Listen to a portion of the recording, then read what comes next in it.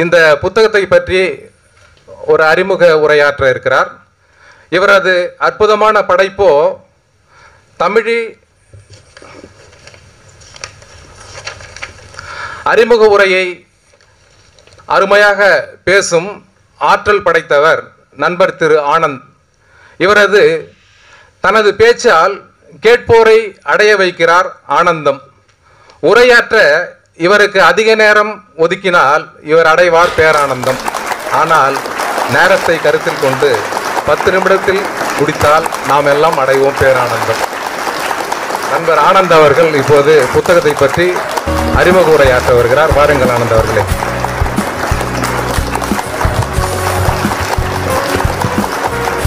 நன்றி காளிதாஸ். அனைவருக்கும் வணக்கம்.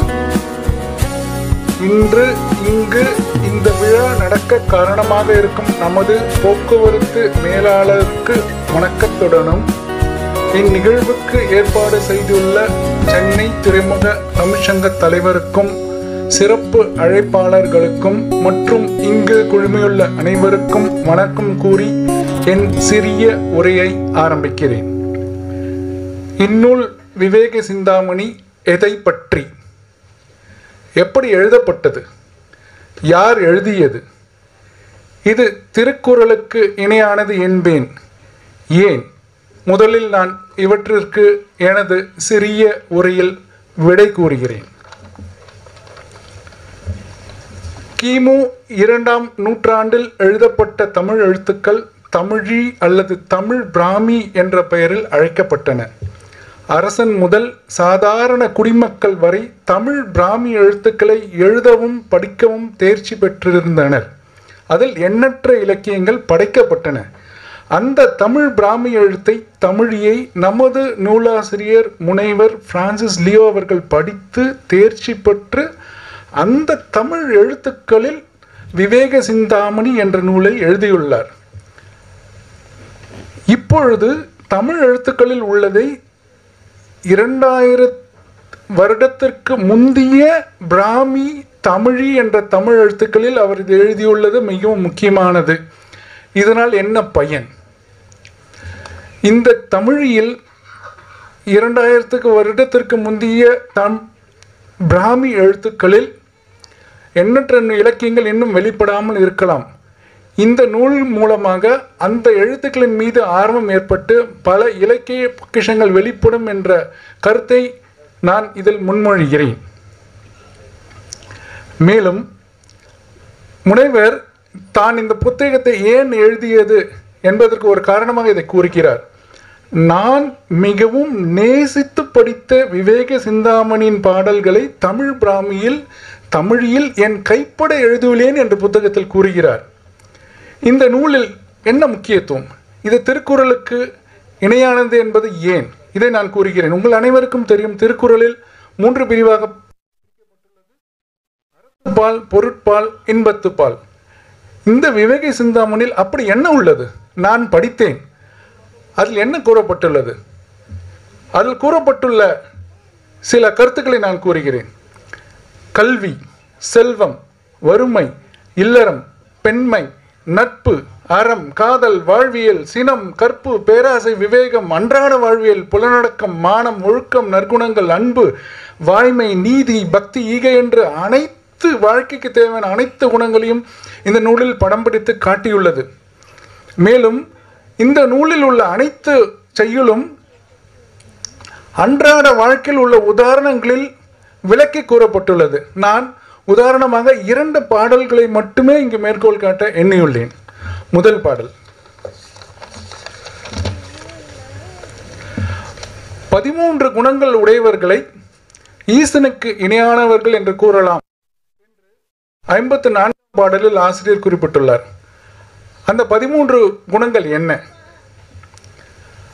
மயில், குயில், அன்னம், வண்டு, கண்ணாடி, பன்றி, பாம்பு, சந்திரன், சூரியன், கடல், கொக்கு, உயர்ந்த வானம், தாமரை,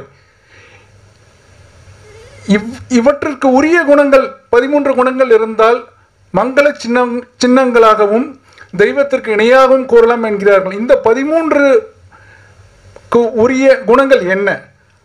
மயில் போன்ற அழகிய தோற்றம், குயில் போன்ற இனிய பேச்சு, விவேகம் காட்டும் அன்னம், தேன் போன்ற நல்லதை மட்டும் எடுக்கக்கூடிய வண்டு, உள்ளதை உள்ளவாறே காட்டும் கண்ணாடி, உறவுகளோடு கூடி வாழும் பன்றி, எதிரிகளுக்கு பயத்தை கொடுக்கும் உள்ள பாம்பு, குளிர்ந்த பார்வையின் கண்ணோட்டமும் உள்ளதை போன்ற சந்திரன், சூரியன் ஞானத்திற்கு எடுத்துக்காட்டு, ஆழ்ந்த அறிவு கடல், ஒரு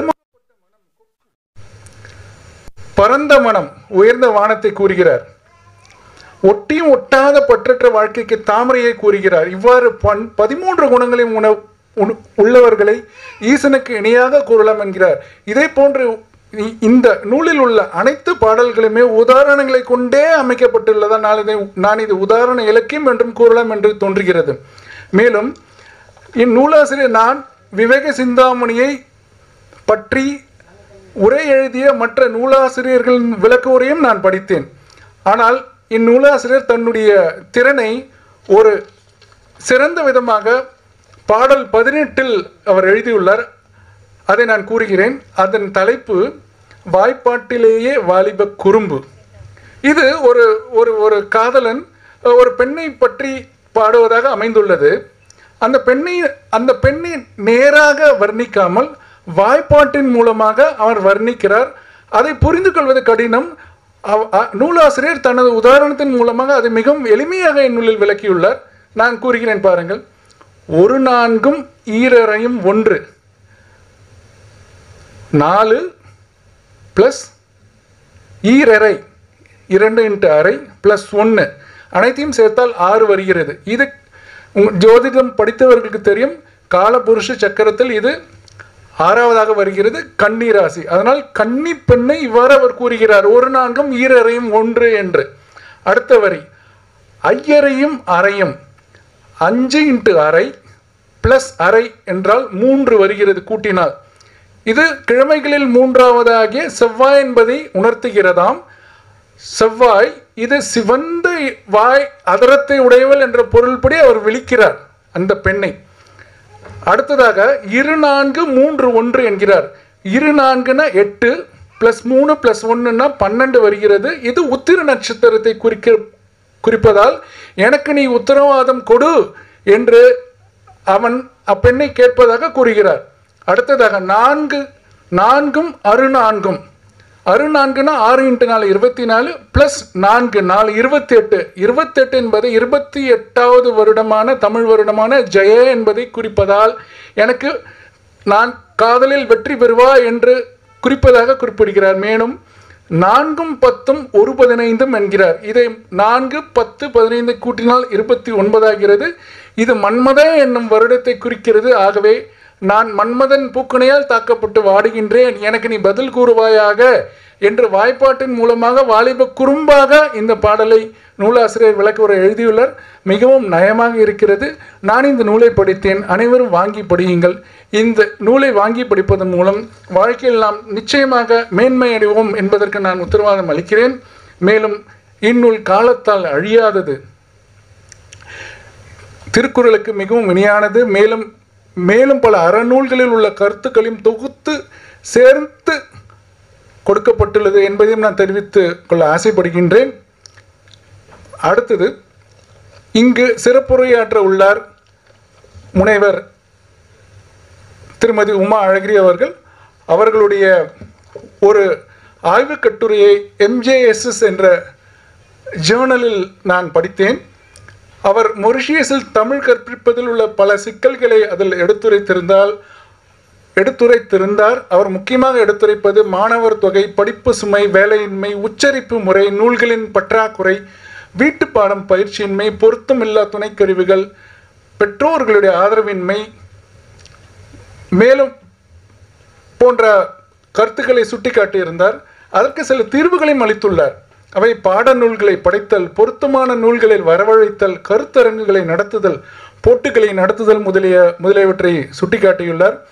இது சம்பந்தமாக நான் 2 கருத்துக்களை கூற விரும்புகிறேன். ஆசியாவிலேயே தமிழ்நாட்டில் தான் ஒவ்வொரு மாகாணத்திலும் ஒவ்வொரு வருடமும் மிகவும் விமர்சையாக புத்தக கண்காட்சி நடைபெற்று கொண்டிருக்கிறது.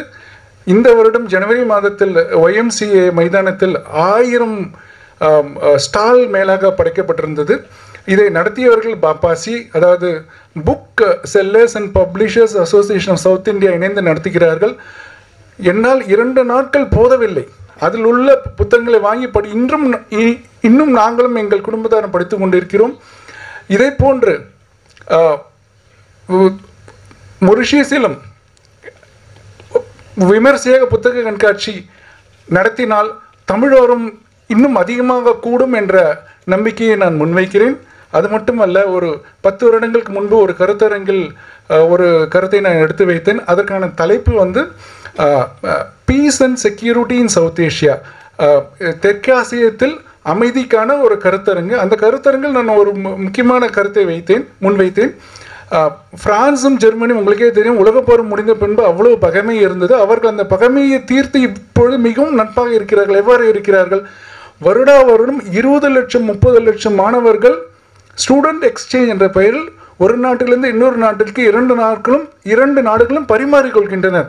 ஆனால் தெற்காசியாவை பொறுத்தவரையில் இந்த பிராந்தியத்தில் வருடத்திற்கு 5-10 மாணவர்கள் மட்டுமே ஸ்டூடெண்ட் எக்ஸ்சேஞ்ச் என்ற பெயரில் மெமோரண்டம் ஆஃப் அண்டர்ஸ்டாண்டிங், அதாவது புரிந்துணர்வு என்ற பெயரில் மாற்றம் செய்யப்படுகின்றன. இது போதாது. நூற்றுக்கணக்கான, ஆயிரக்கணக்கான, லட்சக்கணக்கான மாணவர்கள் இங்குள்ள சுற்றியுள்ள நாடுகள் அனைத்திற்கும் பரிமாற்றம் செய்து கொள்வதன் மூலம் கலாச்சார பரிமாற்றம், கருத்து பரிமாற்றம் மற்றும் அனைத்து விதமான முன்னேற்றம் ஏற்படும் என்ற கருத்தையும் நான் முன்வைக்கிறேன். இது தமிழக அரசு மூலமாக நடந்தால் இன்னும் சிறப்பாக இருக்கும் என்ற கருத்தையும் நான் முன்வைக்கிறேன். உங்களுக்கு நான் கூறியதை விட சிறப்பாக தெரியும். உங்களுடைய பேச்சையும் கருத்தையும் கேட்பதற்கு நாங்கள் ஆவலாக இருக்கிறோம். மற்றும் 3 சிறப்பு அழைப்பாளர்களின் உரையும் கேட்பதற்கு நாங்கள் ஆவலாக இருக்கிறோம். எனக்கு இந்நூலை பற்றி படித்து பேச வாய்ப்பளித்த அனைவருக்கும் நன்றி கூறி விடைபெறுகிறேன். நன்றி, வணக்கம்.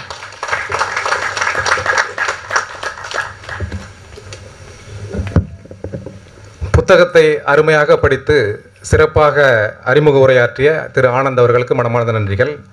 ஆண் கவிஞர்களுக்கு பெண்களை பற்றி எழுதுவது என்றாலே கரும்பு சாப்பிடுவது மாதிரி. அப்படி இருக்கும்போது நம்ம கவிஞர் ஐயா பிரான்சிஸ் லியோ அவர்களுக்கு மட்டும் இது விதிவிலக்கா என்ன?